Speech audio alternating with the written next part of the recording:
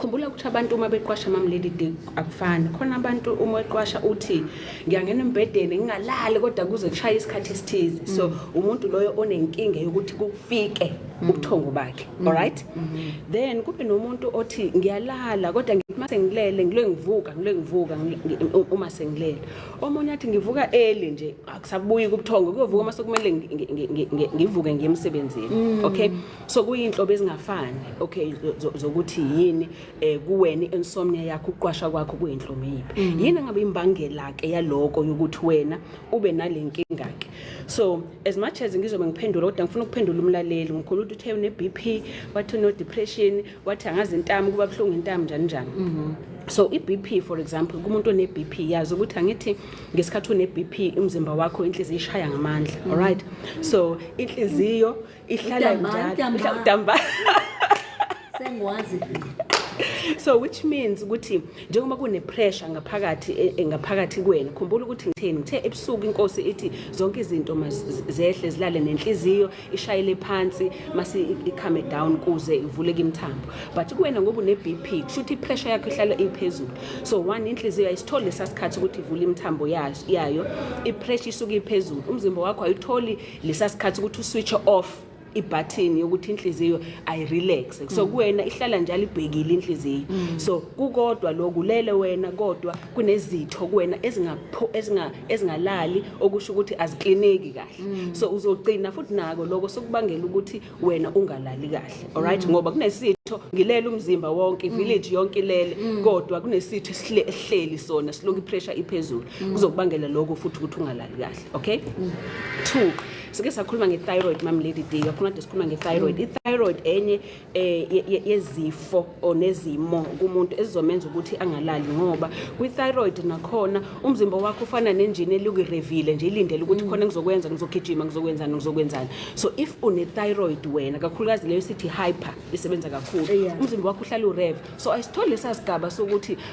awuvali izitolo wehle ulale futhi all right of course ngikhulumile ngama hormones nakuthi umuntu mase ngena ku menopause okay Mamlady D ngoba noma eyiphi ama hormones uma engabalance kahle mhlamba isikhathi sakho awuyi kahle uyaskipha uya kakhulu nesilumo kukodwa lokho kusho ukuthi ama hormones akho awekho right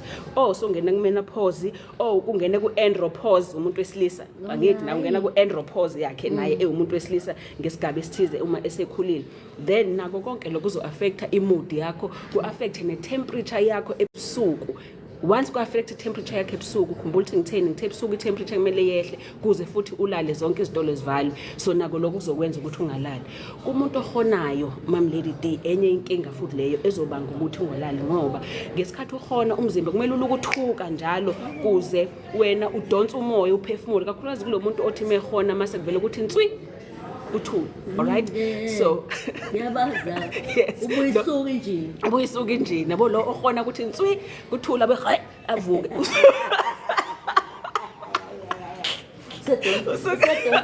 sedonsi ikhumba nje so uyabona ukuthi umzimba kwawona uyathuka lezo sikhathi ukuthi ngiba akuvuke uyabo mase kukodwa lokho kuzokwenza futhi kuzobe enyindi ngoba khumbula ukuthi ngesikhathi uthulile kuloko khona umzimba wakho ayitholi oxygen so mase umzimba uyathuka uthi ngizofa yini mase uvusa yonke into ngokusheshsha ngoba usuku usuvuma ukuthola oxygen so mase nako lokho khona enye izinto ezokubangela futhi ukuthi umzimba wakho ungalali kahle batho mkhumula umlaleli wethu uthe kuba nobuhlungu kumqala wakhe namagqalaba so if kukuthi kunobuhlungu anyway emzimbeni wakho Mamlady D khumbula ukuthi makunobuhlungu lokho kusho ukuthi imithambo yakho nama muscles akho ayabamba okay ngesikhathi ebamba enzi opposite lento kumele ayenze ngesikhathi elala ngoba melala kufanele la relax adedele so if wona esebamba or unobuhlungu anyway emzimbeni wakho kusho ukuthi umzimba wakho awu relax then awusakwazi ukuthi ulale kahle okay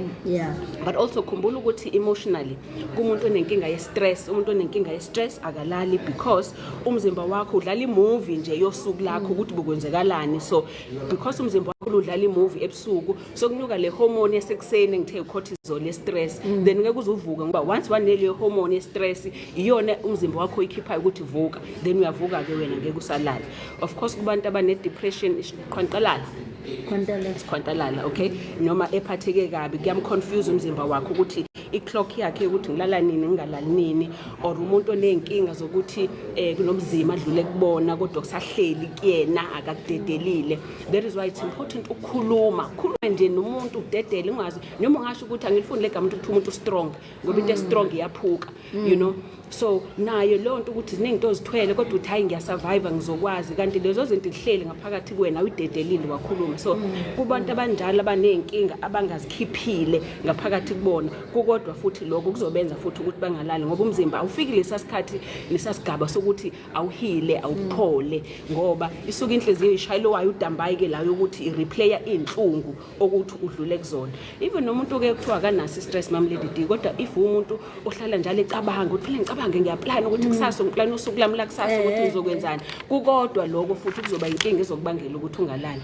Nakwi-lifestyle yethu Mama Lady, indlela esiphila ngaso, if kukuthi uphuza kakhulu i-coffee o-caffeine kakhulu ama-energy drinks, konke lokho kuyablokha leya signal engqondweni yakho yokuthi isikhathi sokuthi sivale izitolo manje kulala. Okay, so lezo zinto zenza ukuthi uvukile wena kodwa umzimba ufuna ukuphumula kodwa akulaleki, ngoba i-signal le etshela umzimba ukuthi akulalwe manje uyi-switcha off ngokuthi uthatha ama-energy drinks wena nento ezifana ne-coffee. Of course njengoba ngishilo ukuthi ebusuku usebenzise wena ama-screens, i-TV lethe ebusuku njalo njalo, yiko kufanele ukuthi if uyozolala wena switcha off yonke into 1 hour before ulale. Switch off ifone, switch off i-TV kuze ujwayeze umzimba wakho ukuthi awube nenkosi yayo i-clock kuyena ophethe isikhathi njalo ukuthi lala ngesikhathi esithize vuka ngesikhathi esithize. Alright? Oh yazi bengazi le kufana ukuthi ucisha sawuphenduka usuku. Yes, ucisha suyela kanti cha cisha kusanesikhathi nje usabhizi wenze okunye ucima amafoni ngoba i-blue light kakhulukazi Mama Lady D istimulate kakhulu ingqondo yakho ukuthi itshela ingqondo ukuthi semini ke manje ama-blue light ama-lights lawa efoni esiwasebenzisayo. Okay, nomuntu ophuza kakhulu amaphilisi okulala ngoba ngimzwela ukuthi uthe uphuza amaphilisi okulala. So nomuntu ophuza kakhulu amaphilisi okulala Mama Lady D ngoba amaphilisi okulala azokunokha off wena out, kodwa uthola ukuthi awungeni ku-deep sleep lokho ukuthi umzimba wakho uphole uzipholise uhambe uservice wonke ama-organs akho zonke izitho zakho. That's why uthi kade waphuzile uvuka uvocoke kakhulu ekuseni because umzimba yes ubulele. Okay, kodwa wena bungazange uzisithole leso sikhathi leso sokuthi ulale uphumule nokuthi umzimba wakho uthole leyo chance ukuthi uzikline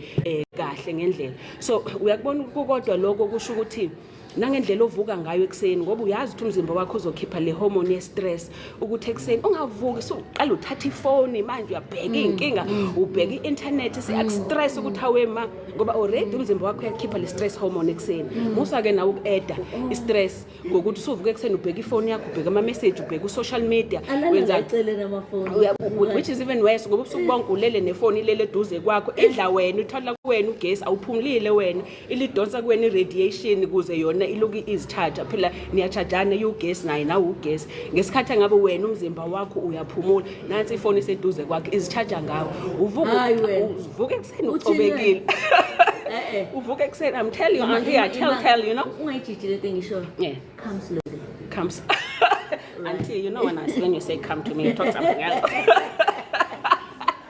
So nasekuseni vuka nice and slowly. Yes, nasekuseni Mama Lady vuka nice and slow. Uyazi ukuthi ne-alarm yakho kube i-alarm edinqinqi emnandi ungavele ukungena ngento Guns N' Roses into ezovela ithusa umzimba yebo bafuna ukuvuka ngengoma ongcono vuka ngoBob Marley, you know, ethi I wanna love you and treat you right, you know, like dope ngimthanda Guns N' Roses uvuka ngama Guns N' Roses.